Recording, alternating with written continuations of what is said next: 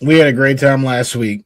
But this week is the week of weeks because we have somebody that I have been waiting all year to speak with, and we are about to break it down all around. Come on now, it's Funky Town because we got some names, we got some positions, we got some attributes, we got a whole lot of things to discuss.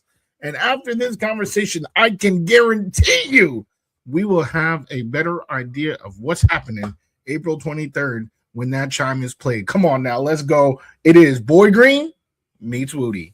Can you guys help us get a jet chant here? Yeah, going. Oh. Okay, yeah. Come on in. Yeah. Go. Okay, let's go! Let's go!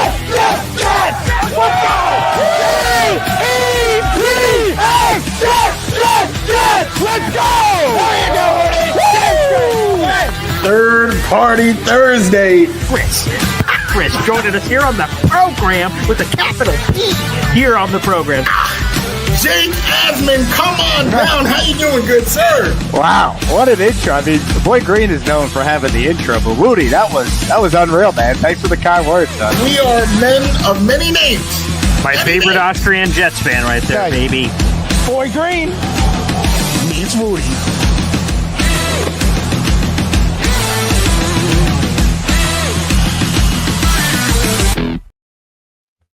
Welcome to another episode of Boy Green Meets Wudi. It is your boy, James Wudi, and you already know we are Wudi, rocking everywhere. Over here is my guy. We didn't even see him on this show last week, but he is back, and he is the boy who became king. He was just voguing. Now he got that dirt off his shoulder. Here it is, none other than Mr. Paul Esden Jr. So I just want to ask you, before we bring in our guy, I just want to ask you, since it's been so long, how are you doing? Well, thank you very much. And please, people. Please. That's how you know I'm not running production. I appreciate you. Shout out to you, Wudi, for holding down the fort. We talked about it at the beginning of the offseason that with Syracuse Mets baseball, one of my many million jobs is working with the Syracuse Mets broadcast team, which the AAA affiliate of the New York Mets. So during some of these early seasons, we're having afternoon games piling up. So I appreciate that we can wiggle. Oh, Wudi, can, the lone wolf. Getting some of that action in there, calling it audible at the old line of scrimmage, which could be important on this episode, finding out if some players are capable of making such changes. But I know Wudi is capable of calling those kind of quick changes. So, Wudi, I'm doing spectacular. Thank you. And I have an inkling I'm about to be doing even more spectacular. Oh, I can guarantee that because our guest today, right, is someone who he's been on here time after time. I'm telling you, he's been here a few times now, but every time he is here to speak with us, educate us, inform us, I walk away so much better, just feeling better and just talking more intelligently because of this guy's database, being able to just plug in to the database and get all that knowledge. I mean, we are in for a super duper treat. So allow me to bring in our guy, our friend, if you will, from A to Z Sports. We're about to be talking A to Z about these prospects. The man, the myth, the legend, none other than Mr. Ryan Roberts. Come on down. How are you doing, our good sir? I've never been called a legend before, so it's a good start to an episode, man. I appreciate you guys for having me on, though. It's it's only a couple weeks away when you're just not feeling anything. You're just hearing a bunch of rumor mill stuff and a bunch of crazy talk, and just finally down the stretch to figure out what happens actually in the end of April. So excited to be on, guys. Yes, we're doing a full offensive episode today. For those, if you can't read the headline, you can read up and down, left to right. I don't know if you needed that advice from me, but I'm willing to give it. And then we're going to be doing a defensive episode coming up on Thursday. So I love that we're getting to do this.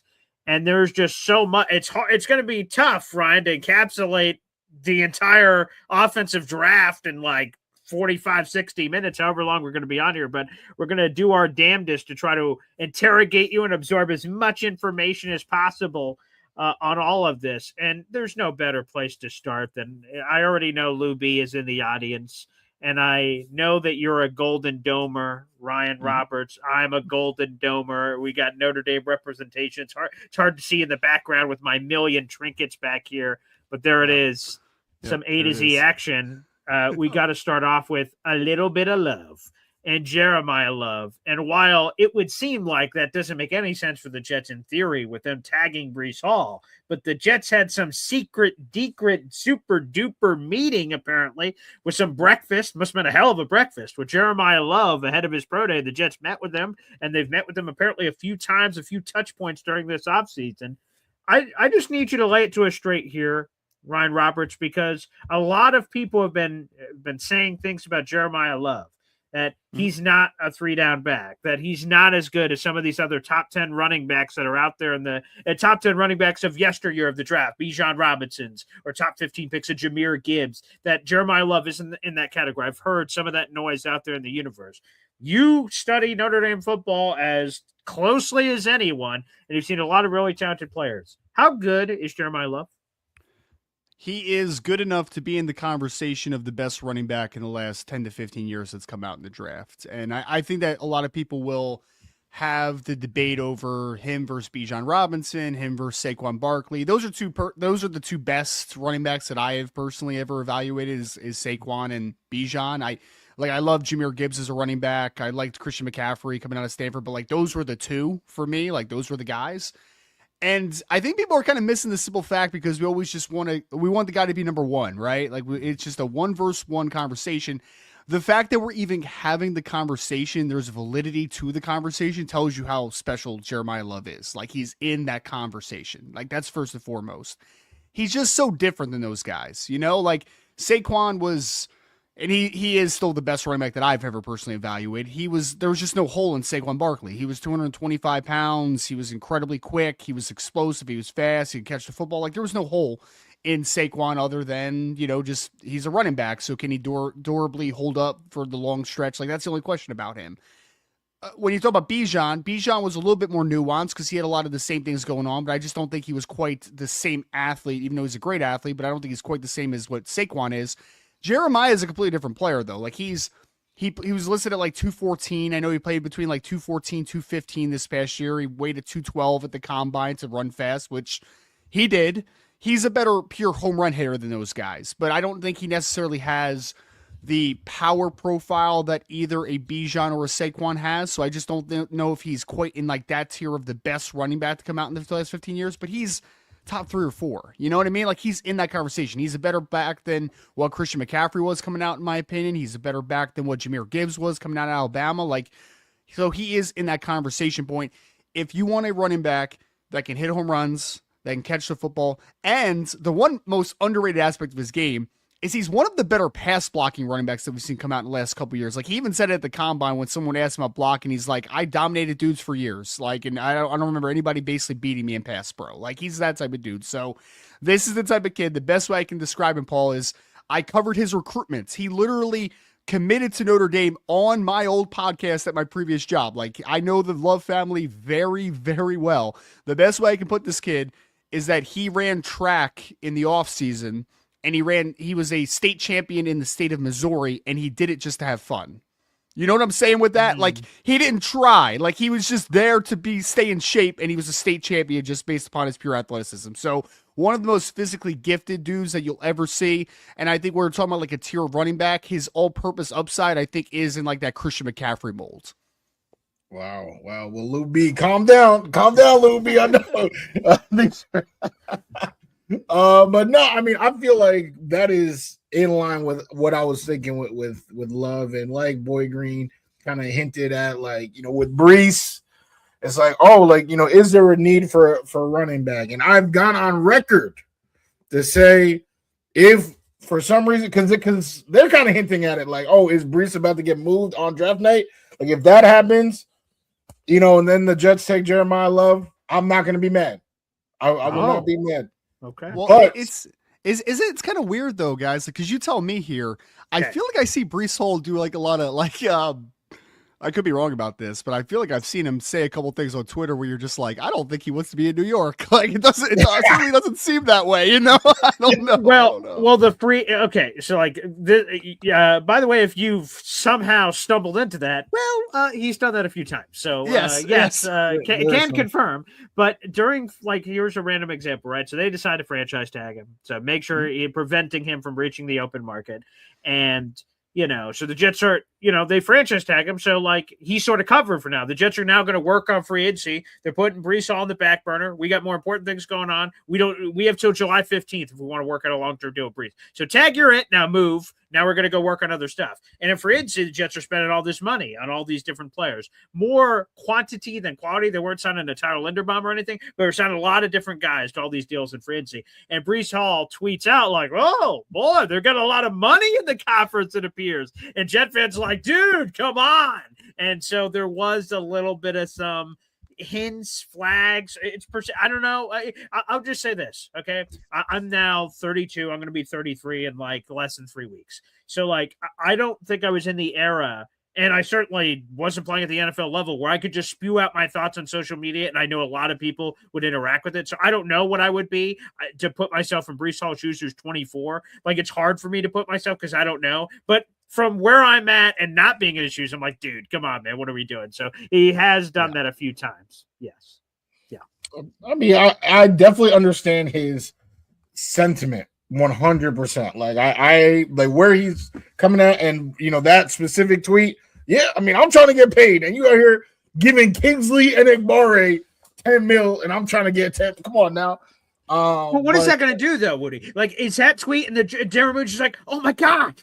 Oh, of course. Yeah. Can someone call up Brees Hall's agent? I was spending too much money. I forgot about Brees. Like, what's that tweet going to do? It's only going to stir up the fan base. That's what I'm saying. Like, sure, I get it too. Like, whoa, what about me? Hello, I'm right here. But like, that tweet isn't going to make Mooji go, oh, geez, let me go run over to Brees Hall's house with a burlap sack of money. How much money do you want, buddy? Well, I have not seen Twitter used with a lot of foresight. I think he uses it just like how everybody else uses it. Just share your thought and worry about the rest later. But worrying about something right now. Let's say Brees gets what might be his wish. I'm not saying who knows, but if Brees is moved that night, right? And Love isn't there, like they made some sort of mistake looking at the next names down the list, and of course your Darian Price is super high up there, right? Mm-hmm. Would you say there's another running back that the Jets could add that would have day one impact, like as a starting running back this year, as Aaron Glenn is trying to save his job, or is it all love or nothing? I mean, if you're talking about 3-down impact, it's all love or nothing in this class, and it's funny, and a lot of Notre Dame fans have been very critical of me over the years because it's so people think that just because you're a Notre Dame fan that you're biased, right, and that you are prefer a player or you just have that kind of blind faith and feeling of a player, but in my experience, I've actually been kind of lower on a lot of Notre Dame players because I've watched every single snap and you kind of like overanalyze them a little bit, right? And I am actually a little bit lower on Jadarian Price compared to what I would consider the consensus. And I think that he is probably going to be the second running back off the board somewhere on early-ish day 2. So like, it's not that I'm saying the league's lower on him. It's just my personal preference on him. I think that there are a few backs in this class in the third round-ish conversation, give or take around, that can come in and can play a role, and an important role in the NFL. Like, I think Jonah Coleman for Washington can come in and play a role. I think Mike Washington from Arkansas can come in and can play a role. Like, there's guys that can come in and can play a role, but there's no player that I consider the one in a committee or one in a room. There's 1As, 1Bs, like there's guys that I think can be a huge assets and be a big part of a meshing of skill sets, but I don't think there's any guy that I think can legitimately be a star running back in the NFL. I think it is Jeremiah Love or nothing if you're trying to find a guy that has legit 3-down impact early in his NFL career. Let me go back to Love real quick, and then we'll move on to other positions, although Luby is enjoying the first 15 minutes of the show. on Love, with everything that you know and everything that you've heard, where does Jeremiah Love go? Because positional value as a former running back, I hate when this conversation gets brought up. But, people bring up running back and say, hey, man, you can't take him here. You can't take him here. You can't take him here. And then all of a sudden, in theory, that person can drop down, the bingo board. We talked about Jahmyr Gibbs. He ends up being a top 15 pick. Saquon's the exception. Of course, he's number 2 overall. There's been Zeke's and Leonard Fournette's and these other top 5 picks. But, like Bijan was like 8. Gibbs was top 15. So sometimes these guys slip because of that positional value thing. What's the lowest you could see Jeremiah Love falling with everything that you know about his draft stock? I would be surprised if he got past 7 to the Washington Commanders. Like I think that's kind of the break to it, because and you're right, running backs like safeties and linebackers, like they can fall in drafts. Like it happens all the time. But I think the uniqueness of this draft is that it's a 1 quarterback draft. The offensive tackle class is solid, but it's not great. The edge group is good, but it's not great. So like the positional value conversation, I think, is a little bit moot this year, because it's not a great class in terms of quarterbacks, offensive tackles, edges. And as we all know, a quarterback and players that can protect or affect a quarterback, like that's the positions that everyone cares about so much. And this class just isn't strong in those areas as a whole. So I do think that it is an atypical year where a team is going to be more willing to draft a running back early. They're probably going to be more willing to draft a linebacker early. They're probably going to be more willing to draft a safety early. So I just think it's a very strange year. Before free agency, I thought the conversation started at number 3 to Arizona Cardinals. Now, the Arizona Cardinals obviously attacked the position in free agency and also bringing back James Conner. So I think that they are probably out of it. And also, the Cardinals are a horrible roster. So I don't think that they can draft a running back number 3. Like, they need offensive linemen. They need defensive linemen. They need a quarterback. Like, they need so much that I just don't think that they can spend a pick on a running back number 3. Number 4 to Tennessee, I think, is where the conversation really starts. Tennessee did a really good job this offseason of finding talents in free agency, and they have a second-year quarterback that they're hoping in Cam Ward is the guy. So you feel good about where that roster is building now with Robert Saleh taking over as a first-year head coach. So I think that number 4 is where it starts. I think if he gets past them, I think the Giants at 5 is where it really starts to heat up. And I think at worst, number 7 to the Washington Commanders is probably where it ends. So before free agency, I thought it was like 3 to 9 with Kansas City being the 9th pick. And then obviously Kansas City went and got they went and got Kenneth Walker, The Saints got Travis Etienne. So a couple of those running back needy teams inside the top 10 kind of went off the board a little bit, but I still think that we're looking somewhere between 3 and 7, somewhere in their spot. I think we're going to see them come off the board. All right, let's go to quarterbacks. Wudi, do you want to jump in?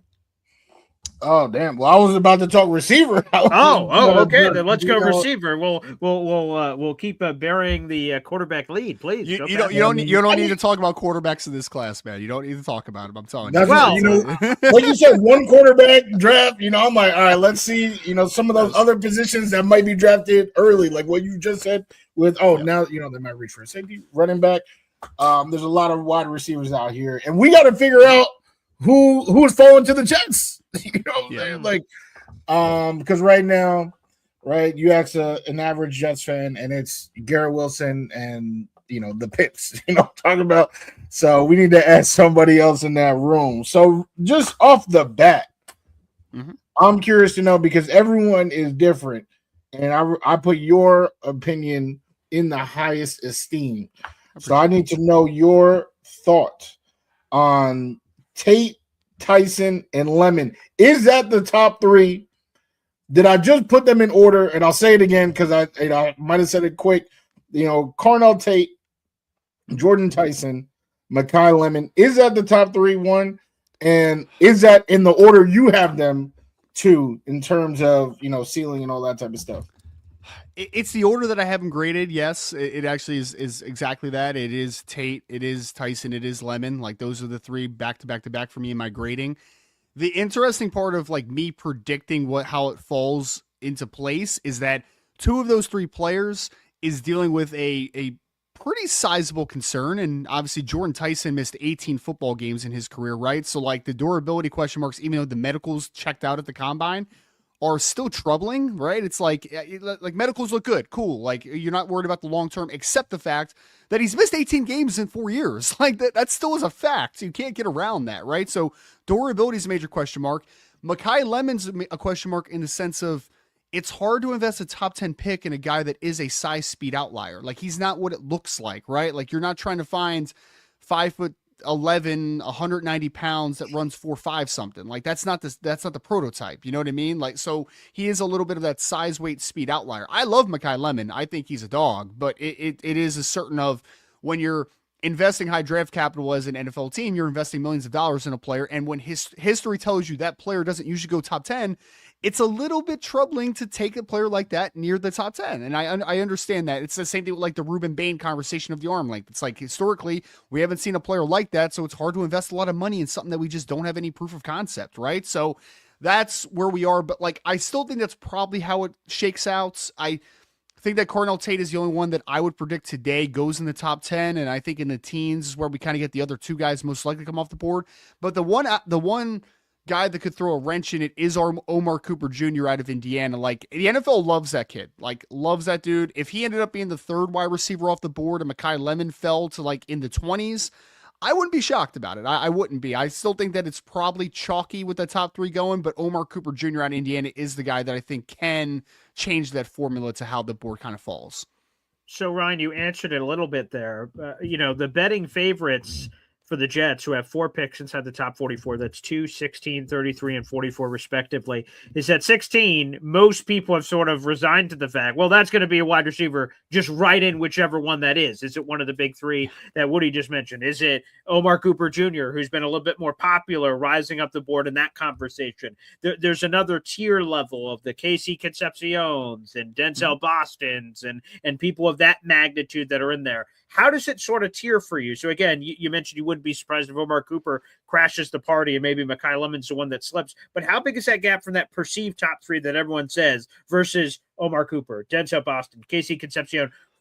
I don't know where Chris Brazzell II sits for you. My draft guy, Drew Beatty, friggin' loves that guy. He has him as a top 10 player overall in the class. Like, he is insane for Chris Brazzell II. So, like, maybe there's more names beyond what I just said that are included in that tier. But how big is that sort of divide? Yeah, that's a great question. Like I said, I think those 3 top guys go top 15, most likely. I think Mekhi Lemon is the wild card. I've mocked Mekhi Lemon to the Jets a whole lot in this process so far. Yeah. I just did a collab mock with another person, A to Z Sports, where we ended up, I think, actually going Omar Cooper Jr. at number 16 because there was an earlier run of wire. The run of wire receiver is going to be the fascinating thing because, like, the news, over the last few days is like, I think it was Daniel Jeremiah and Todd McShay both saying that they think that Cardinal Tate might go a little earlier than maybe even people anticipate. I think that Daniel Jeremiah said like he could go number 2 overall, and it's like, I don't think that's going to happen, but the point of the conversation is, when does that wide receiver run starts? Like, and we're waiting to see that. Is it 6 to Cleveland? Does the team inside the top 5 like Cardinal Tate enough to kind of kick the conversation off? It's very interesting. But for me, like, there's not a huge separation between like wide receiver 3 and wide receiver 4 in this class. My guy is actually Casey Concepcion out of Texas A&M. I love that dude. I like him more than Omar Cooper Jr., which I guess I'm a little bit in the minority in this conversation. The one, though, that's like super fascinating in this class, kind of talking about like separation, if not for the injury, and I actually don't bake injuries into my final evaluations. I just kind of put that little red sticker next to their name and let them know, like, hey, there's a medical concern here, that I'm not a doctor, so you can figure that one out later. I love Chris Bell out of Louisville. Like, if Chris Bell did not tear his ACL down the stretch of the season, I think that he would have maybe gone in the top 20. Like, I think he was on that type of ascension. I mean, he's 6'2". Wow. He's 220. He was actually 227 pounds before the season. I think he was like 222 at the combine. But he was going to run 4.4 flat or better. Like, he just was. Like, he's so fast and explosive. So I think that he's going to be a value where, if I'm the Jets in the early 30s, if I'm the Tennessee Titans at 35, like, even if you have to be patient on Chris Bell and his rehab a little bit when you're a team that's probably not going to compete in 2026, I might be patient with a guy like Chris Bell, because I think that the upside and the long-term investment could pay off tremendously with kind of the short-term kind of drawback a little bit, right? So Bell, I think, is a guy that's going to be a tremendous value in the early second round just because of timing. But like overall, I really think that whole top 5 to 6 is so tightly packed together. Because again, for me, like I have Cornell Tate wide receiver 1, but it's not like by a landslide over Jordan Tyson. And Jordan Tyson's not a landslide over wide receiver 3. I really think the top 5 to 6 comes down to what is your flavor? Like, what do you believe in? And I know you mentioned Drew Love and Chris Brazzell. I am very conflicted with Chris Brazzell because he's not necessarily my flavor. Like that guy is actually not my flavor at all. So it's going to come down to what type of ice cream you want with these wide receiver group. There's all different body types and sizes and styles. And it really is going to depend on that order for what you particularly like in a wide receiver. And honestly, like, diversity of a room, like the Jets, like what do they need outside of what Garrett Wilson brings to the table? What does the Kansas City Chiefs need? Maybe they need a little bit more big body. It really is going to come down to what the flavor of the ice cream that you're looking for. Well, I like a lot of flavors, so I will be okay with their choice most likely. And this is why I love talking to you, Chris Bell. There hasn't been a spotlight on him. Hasn't been a spotlight, but boom. You out here throwing that spotlight, and now I'm gonna be paying attention to where he goes because now I'm like, damn, that team just got a gem. Hopefully, it's my team. He's such a conflicting player because you saw the ascension happening, like it was happening before your eyes. Like you turn on the Miami game from this past year where Louisville beat Miami, and he had like 9 catches for 136 yards and 2 touchdowns. Like it was coming, man. The breakout was happening. But he's 6'2", he's 220 plus pounds, he runs sub 4.4, and he's explosive as hell. Like that plays, in my opinion, right? As long as you can, develop the finer points in terms of understanding how to attack blind spots and being a little bit more of a consistent route runner. Like those things we always, in the scouting space, like we always separate teachables versus unteachables. What Chris Bell has are unteachables. I can't teach that dude to look like that. Like I can't teach it, right? I can teach him how to be a little bit more consistent in his top ends of his routes, how to attack blind spots and manipulate. All that stuff can be fixed and can be helped, developed. I can't teach 6'2", 222 that runs 4.39. Like I just can't teach that to anybody.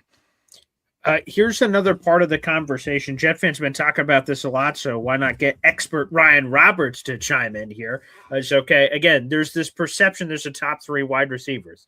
And there have been a lot of mock draft scenarios among Jet fans where, dang, all these top 3 are gone. Certainly before more of this Jordan Tyson injury noise and competitive fire and all this other crap that's come out about him recently. Like it was very frequently that you would get to 16, you're like, damn, none of these guys are here. Now what? Do you force the wide receiver 4 pick? And this was even before some of the recent buzz about Omar Cooper Jr. Or do you go Kenyon Sadiq? Do you go tight end and you just get weapon? Like sure, in a perfect world, it's wide receiver next to Garrett Wilson. But you know what? We're not discriminating. We'll take anyone that can catch a football of any position. How unique would that be? Would you advocate for such a thing? That if there wasn't a receiver you liked at 16, that the Jets just go, F it. We'll just take Kenyon Sadiq. He's a tight end weapon, and Garrett will just be cool having someone else that sort of draws some attention from a defense. I mean, I'd be more than okay with it, and there's 2 reasons why. One is we've seen a big influx of 12 personnel the last couple of years, right? Of like, it's cool now to have 2 tight ends on the field, and I know Mason Taylor's on the Jets, so like there's ways that you can mix and match those skill sets, right? So I think that's one. And I think 2, when you have a tight end that is not a one-trick pony, because Kenyon Sadiq, I think, is going to be labeled as a 6'3", 245-pound guy, as like this pure F tight end, right? Like this pure flex guy that needs to play out in the slot. He's one of the best blockers at tight end in this draft, man. Like he's a high-effort blocker, so he can play with any type of tight end. If you need him to be the F, he could be the F. If you need him to play a little bit more in line, he could play in line. And before the season, Scout literally texted me. I hadn't heard, I didn't know, I knew who Kenyon Sadiq was watching Terrace Ferguson the year before. Like I knew who he was, but I didn't know how good he was, right? So like, cause you only saw snippets of it. And I asked a scout that was going through the Oregon program, and I was like, all right, tell me about Kenyon Sadiq. What'd you think? And he said he's Vernon Davis all over again. Like he's Vernon Davis all over again. Well, in all due respects, I think he might be right about that. We'll see if it develops and the finer points come. But if he is Vernon Davis, you take Vernon Davis 16th overall. Like, you just take Vernon Davis. I don't know how else to say it. Like, yes, you take that player because he can mix and match. He can do the wide receiver stuff you need him to do. He can do the inline stuff that you need to do. The 12 personnel stuff. Like, he is a best friend for a quarterback waiting to happen. And I know you got old Geno coming back for one more year, but like long term, you need to invest in that quarterback position. I think having a very intriguing, young, I think he just turned 21, so like he's super young as well. Like, the sky is still the limit because he's a one-year starter. We haven't seen nearly as good as what Kenyon City can be as a player, and I think all those things together says, like, if he's there at 16, take it. But my prediction, and not to be the negative Nancy, I guess, is that I think that Kenyon Sadiq goes before wide receiver 3 in this class, so he probably won't be on the board at 16, but if he is, you take him. You just take him and don't think about it. Wow. I can't lie, Boy Green, that was a fantastic. I had that written down. I was trying to talk about my guy Sadiq. Hey, yes, nice alley-oop. I just want to talk about what you already brought him up, and he's your guy. So I actually just want to hear more about why he's your guy, because I want to shout out, one of our listeners, Gohan Angered, my guy. Hey, Kamehameha. He is so high on Casey Concepcion. He had him at number 2 coming in on the draft, or coming out, right? And again, like you said, right, it's a tight race, but I think there's been so much hype on Omar Cooper Jr., so much hype on the other 3. What is it about KC that has him being one of your boys, and to help Gohan fight some of these people in the comments that try to clown him for that take? So I asked the question on Twitter the other day, and because KC played against a lot of draft eligible corners this year. Like, he played against Mansour Delaney, he played against Brandon Cisse from South Carolina. Like, he played against some dudes oppositionally this year. He played against Leonard Moore, who's going to be a guy in the 2027 NFL draft for Notre Dame that we're going to talk about a ton. Like, he played against some guys this year, man. And my question was quite simply, and I'll ask it again, what draft eligible corner in 2026, and he played a lot of good ones, had a good game against Casey Concepcion? There's a reason for that, right? Like, all these guys didn't forget to play football when they played against Texas A&M and Casey Concepcion. That kid is just, he's the best separator in this class. Like, that's the best way I can put it. Like, Jordan Tyson's a great separator. Mekhi Lemon's a really good route running separator. Like, there's other good separators in this class, don't get me wrong. But nobody can stay man-to-man against KC in this class. Like, nobody. Even Mansour Delaney, I know he only had like 3 catches for 45 yards, but like, if you watch it, that was a battle. And it was a battle against a guy that's going to go top 10 overall. You know what I mean? At corner. So, like, the point is that this guy is as good in space as a wide receiver that's come out in the last couple years. After the catch, he's dynamite, he's explosive, he's fast, he's got all those things working for him, but he gets open. And the number one job for a wide receiver before catching the football is get open. And Casey Concepcion gets open. Does he need to be a more consistent catcher of the football? Yes. But that is also one thing that can be remedied, because I don't think that it's bad hands issue. I think he has some concentration drops because he's got a smaller catch radius. He's not the biggest wide receiver of all time. And I don't want to throw my young boy Marcel Reed, who's actually not my boy, the quarterback for Texas A&M, under the bus, but my guy stinks. And there's a lot of off-target throws this past year. Like, there was a lot of off-target throws, and Casey's not a big guy, so he has to recontort his body against some really errant throws at times.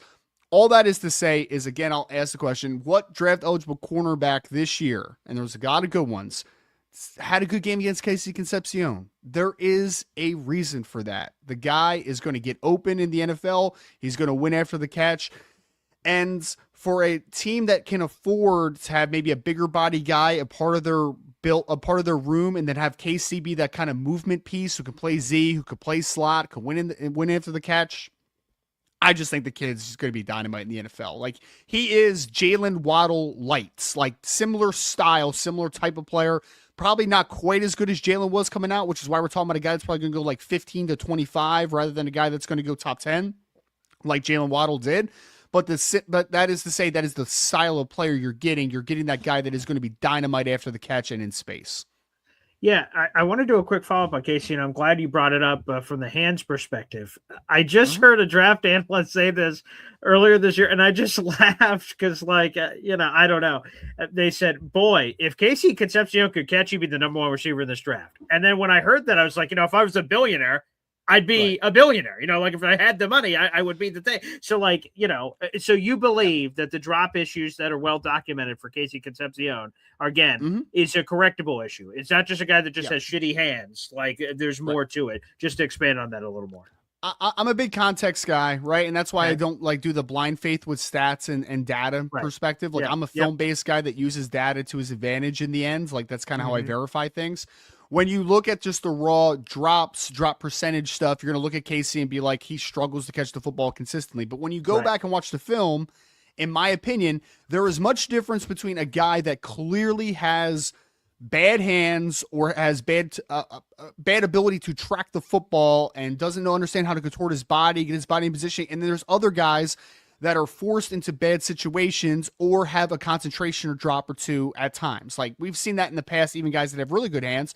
Some guys are so good after the catch, they don't look it in, make sure they have it, and then continue their motion. They're trying to get upfield in a hurry. Like that stuff is very correctable. So I just don't think when you look at the quality of drops, which is one thing that I never thought I would say on a podcast, like quality of drops, when you look at the drops that he's having, I do think that they are the kind that can be remedied. There are some guys like I'm not going to do that. I was about to slander another prospect for a terrible reason. There is another couple guys in this class though that I watch them and say that guy is just a bad hands catcher. Like double catches everything, doesn't have solid hands, can't win through contact. Like there's those types of guys, and there's Casey that I just think needs to concentrate a little bit more. So I think that you can, I think you can differentiate between the two, and not every drop is created equal. If that makes sense.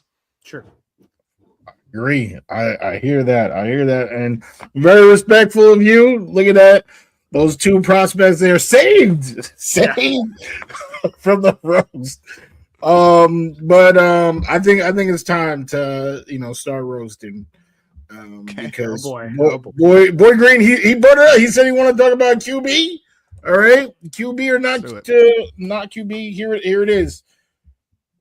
Ty Simpson. Yes. I don't want to talk about him.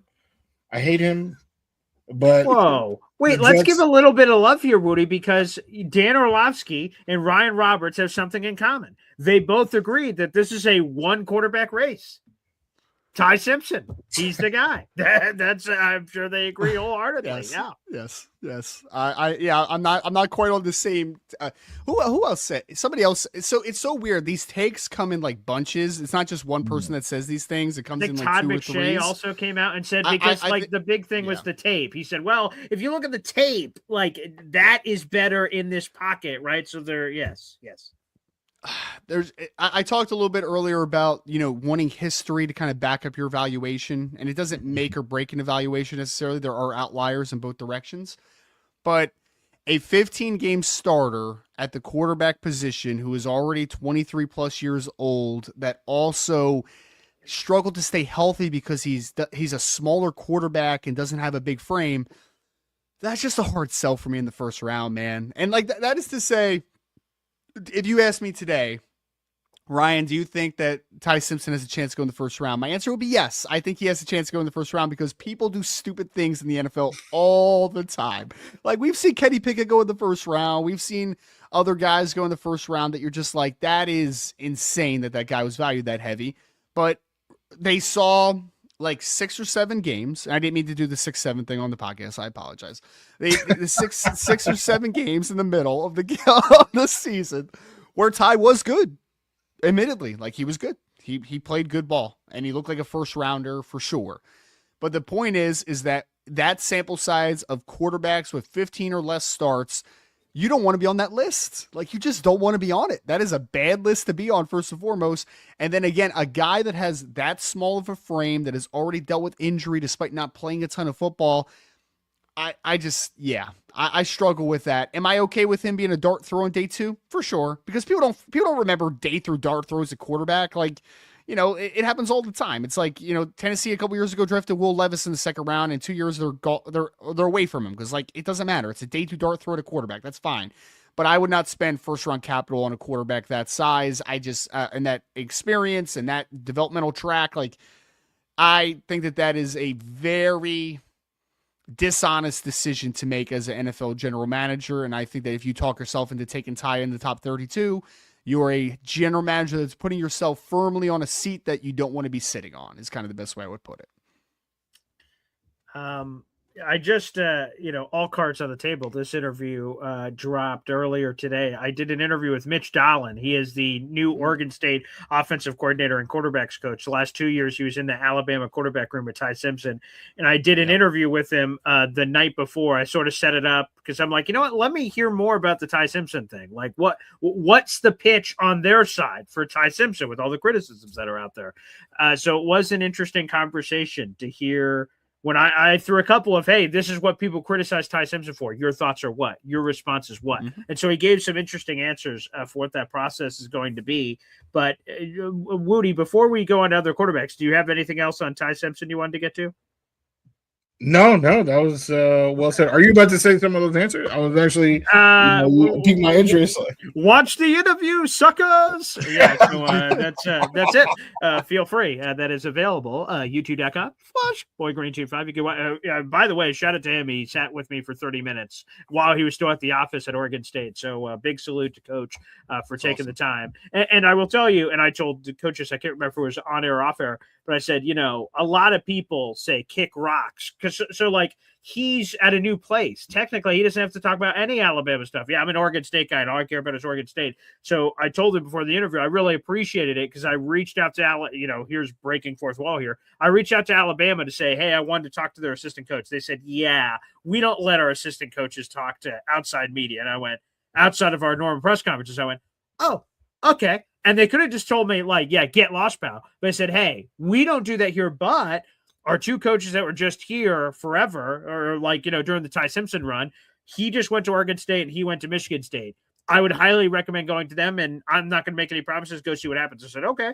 And so I said, thank you. And I reached out to Oregon State immediately. And within minutes, they said, sure, we'll get him for you. I went, wow, okay, awesome. Cool. So again, shout out to Alabama for pointing me in a new direction. Shout out to Oregon State for allowing it to happen. And again, a 30-minute chat. He didn't have to do that at all. So do it. And he said, hey, man, anything I could do for my guy, Ty Simpson. He told all these wonderful stories about him. So again, good plugs. But my question is this. So, okay. Ty Simpson, you said day 2, that's a worthwhile kick of the tires. If you want to do it, that's fine. Yep. Where Jet fans are at beyond, so Fernando isn't happening, so throw that in a bucket.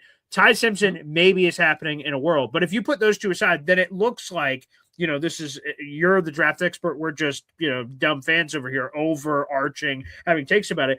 Wow, there's now just a massive bucket of guys, Garrett Nussmeier, Drew Aller, Altmaier, and go through that whole list. Does this class just suck, or is it worth it that there's some developmental guy in there that's worth taking a shot on, and maybe you get your Dak Prescott in the 4th round, maybe you get your Kirk Cousins in the 4th round, and you just find some diamond in the rough? Is there one worth taking, or are you just going to lay it to me very bluntly, this quarterback class sucks, Paul, we'll see you in 2027? So here's a multi-layered conversation, Paul. There's always value to be found in any class, right? So, like, if we're talking Cole Payton out of North Dakota State in the 4th rounds, I'd be willing to take that dart throw. I'm cool with that, right? A Ty Simpson in the 44th overall pick, I'd be considerate. Like, that's cool. That's fine. Whatever. But to be blunt, yeah, it's a bad quarterback class. And I don't think anybody should be afraid to say that. Like, it is, it doesn't mean, because people can't separate the two things. They think when you say a class is bad, it's like, oh man, what about all the good players? And it's like, yes, every class has good players, but in a vacuum of this class versus that class versus the 1990 whatever class versus the 2006 class, whatever, it's not a good class. It's below average. It is bad by all context, right? So yes, it's a bad class, but there's always value to be found. I think those are the two separators to that conversation. Okay, fair enough. Good. Yeah, that definitely makes sense, and that's what I was expecting. I felt for Boy Green when he was asking the question, is there any hope? Like, do we have no? Because that's what the fans, I think, are saying to themselves. So, well, that's what they always do. They think that Geno about to win the MVP. All right. They don't know what's going on. That's maybe true, but I think there's a lot of fans out there that want a second option. So, okay. Everyone's hoping, I don't know if everyone, but I am. I'm hoping that Geno Smith is like, he's great. We all hope. Right. We all hope that he's great. But if it doesn't work out, I don't think Jet fans are razzed if door number 2 is Tyrod Taylor again. So I think where fans could be intrigued is the mystery box, the Family Guy mystery box we bring up all the time. It could be anything in there, like a boat. So, like, if they take a day 3 swing, They have 9 picks in this draft on Drew Aller, Carson Beck, whoever your freaking guy is. That's what I was intrigued with. If Ryan said it, like, hey, this is the guy who has the traits of the tools, or this is the old man who just hasn't gotten his shot. Whatever the storyline would have been, I think that's the intrigue. That if Geno does not work out, there's a lot of people out there that would say, after leading the league in picks and being the most sacked quarterback, that I'm not sure that's going to work out. For those people, which I imagine is a large audience, is there a younger guy that can be behind him that if the Geno ship crashes into an iceberg, well, at least this is intriguing. When me and you were doing these shows, Woody, in the middle of the season, this Carson Beck guy, all right, he's behind the scenes, or whoever the hell that is. I don't know.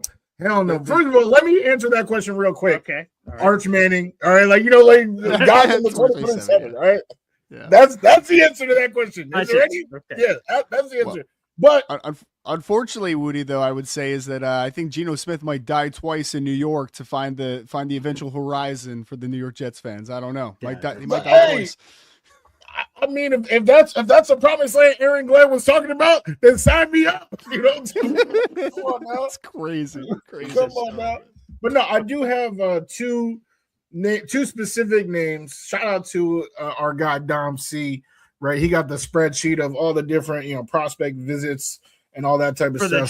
For the Jets specifically, yeah. Yes, yeah. So who visited the Jets? And of the quarterbacks, there's a few quarterbacks. Only 2 of them have met. Oh, I lied. 3 of them have, but I'm only going to talk about 2 because I only care about 2. Have met with the Jets more than once. All right, that is Drew Aller, who Boy Green has mentioned a few times, and Taylor Green, who I've been hearing about. Those are 2 of the 3. Again, the 2 that I care about. Any sort of comparison that you can say between the 2 of, am I hoping on that Saturday, I hope they say, Aller over Green. I know they both have the physical skills, and what's missing is more, what's the word? Like mechanical. Is that a correct assessment? Yeah. I would say between the 2, and again, like they're both day 3 picks, like this is 4th or 5th round conversations that we're having in here. Mm-hmm. Between the 2, I would prefer Taylor Green compared to Drew Aller. And it's mostly because Taylor Green is a great athlete, right? Like I struggle with him as a passer. I do think there's a lot of limitations as a passer overall, but his athleticism gives him use, right? Like he can be a useful player, at least in some capacity. I mean, he might even be in, he's going to get a shot at quarterback, but like if you told me a few years from now he's the next Logan Thomas or something like that, right? Where he's playing a little tight end or he's doing a couple different things, gadget stuff, like a Taysom Hill, like I wouldn't call you crazy at all. He's a historically outstanding athlete for the quarterback position. Drew Aller, you talked about the mystery box thing, right? Like Family Guy earlier. Drew Aller is the mystery box, like for everyone. It's like he was a 5-star and everyone's like, oh man, this might be it. This might be the time. It might be next year.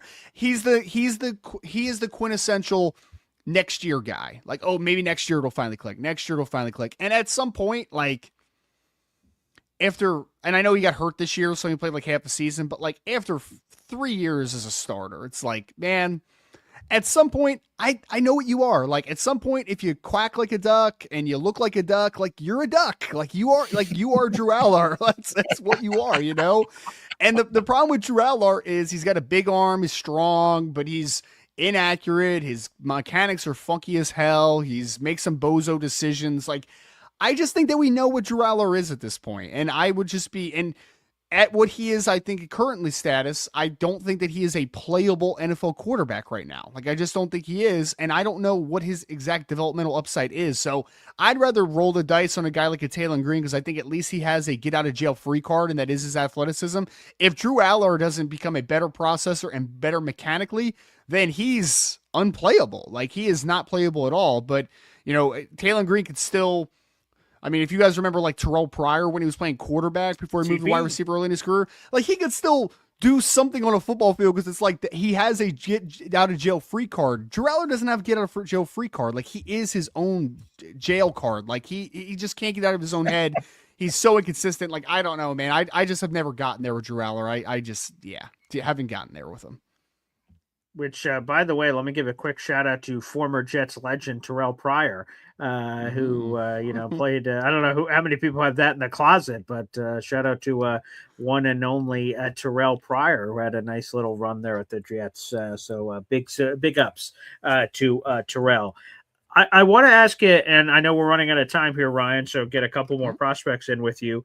Can Vega Ioane walk on water? Because I've heard a lot of people talk about him being like the second coming, that he's the best offensive lineman. But again, we go back to positional value, which we've talked about a few times during this particular podcast. Being a guard will drop him down.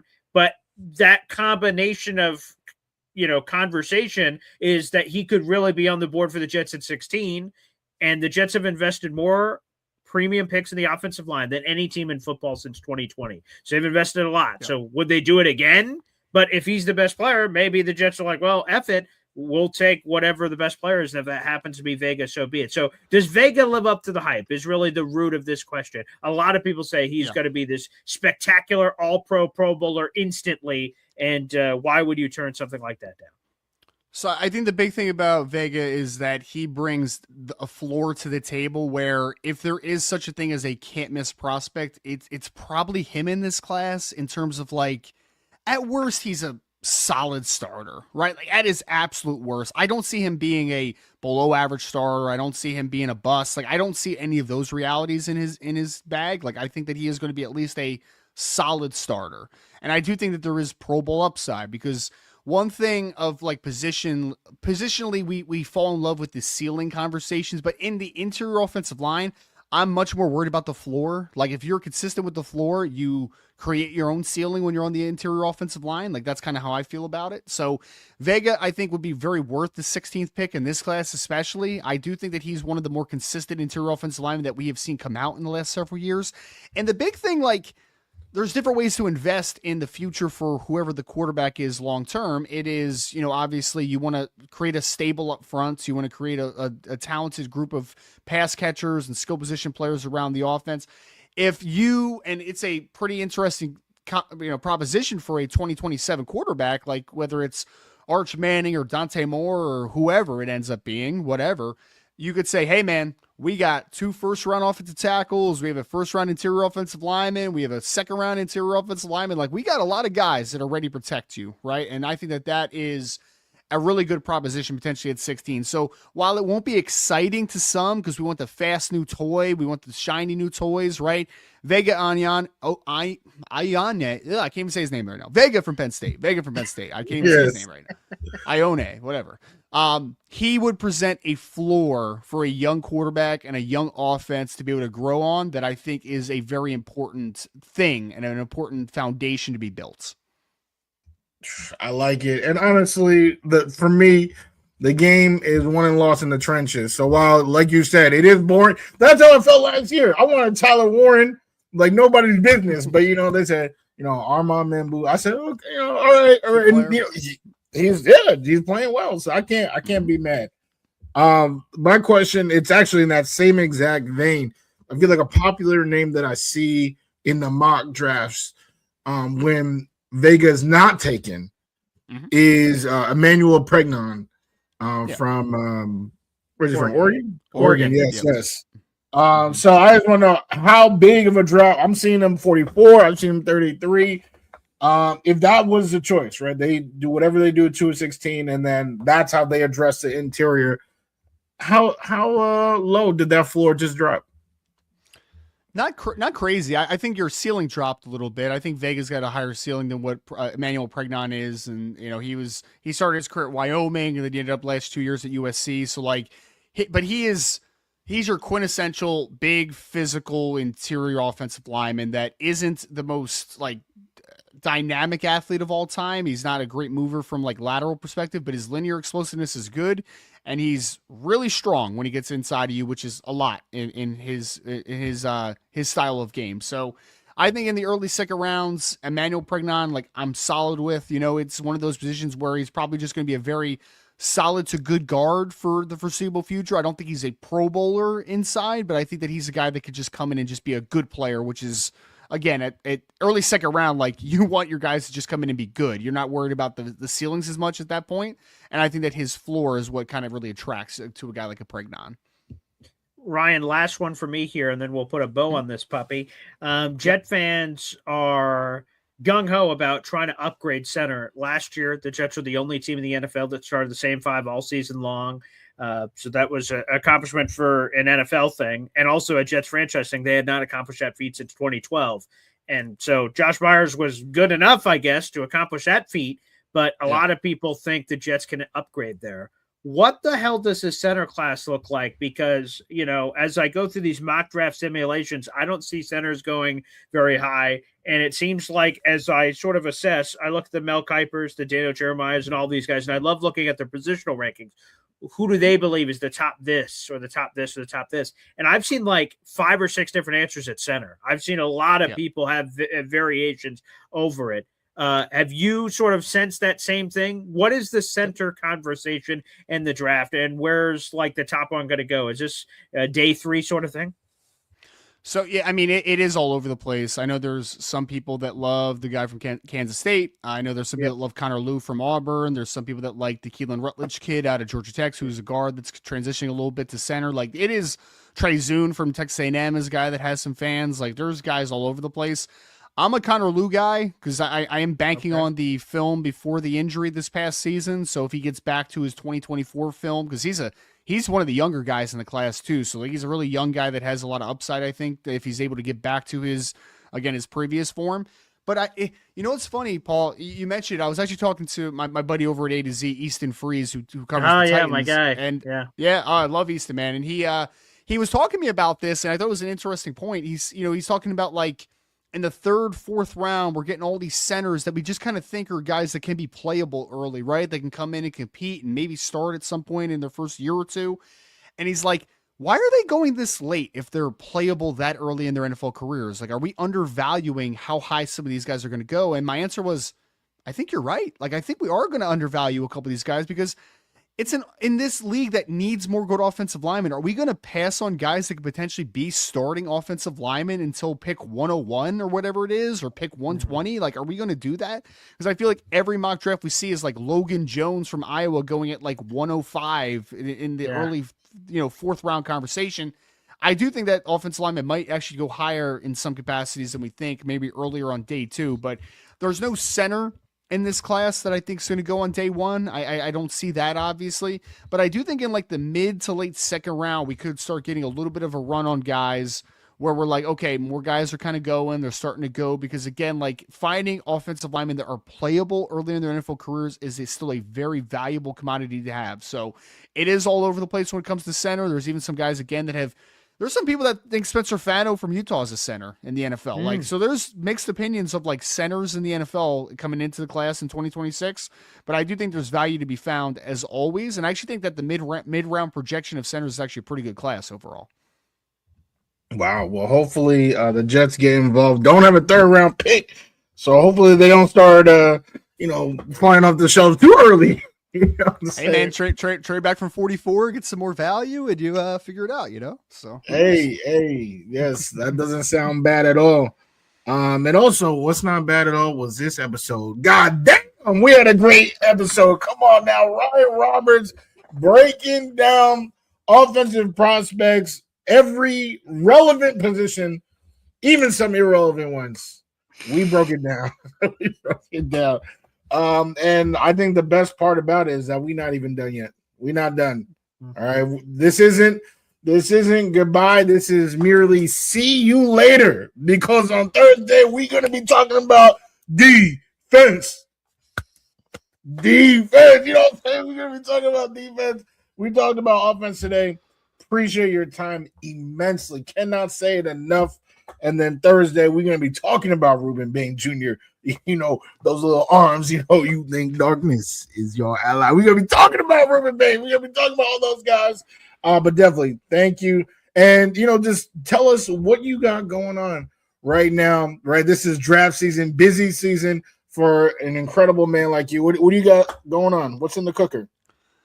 Oh man, just kind of plugging along a little bit. If you guys like NFL draft content from the YouTube perspective, best pod available on YouTube. We've done I think in like the last 7 days we've done almost 400,000 views or something like that. So like we're moving along pretty well, dude. We're doing pretty well. So best pod available, A to Z Sports, any NFL drafts, college football, NFL, kind of the one stop shop for all that type of stuff, and then.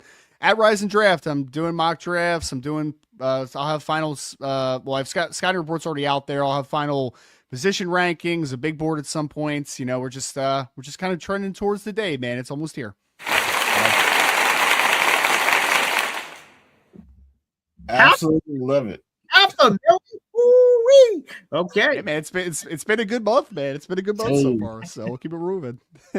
All right. Yes. Beautiful. Well, Ryan, again, thanks again, man. Can't wait for Thursday's episode. Again, it's been a cool annual tradition. I know Wudi has it circled in the calendar every year when we do these Ryan Roberts chats. So we'll see you Thursday, pal, for defense.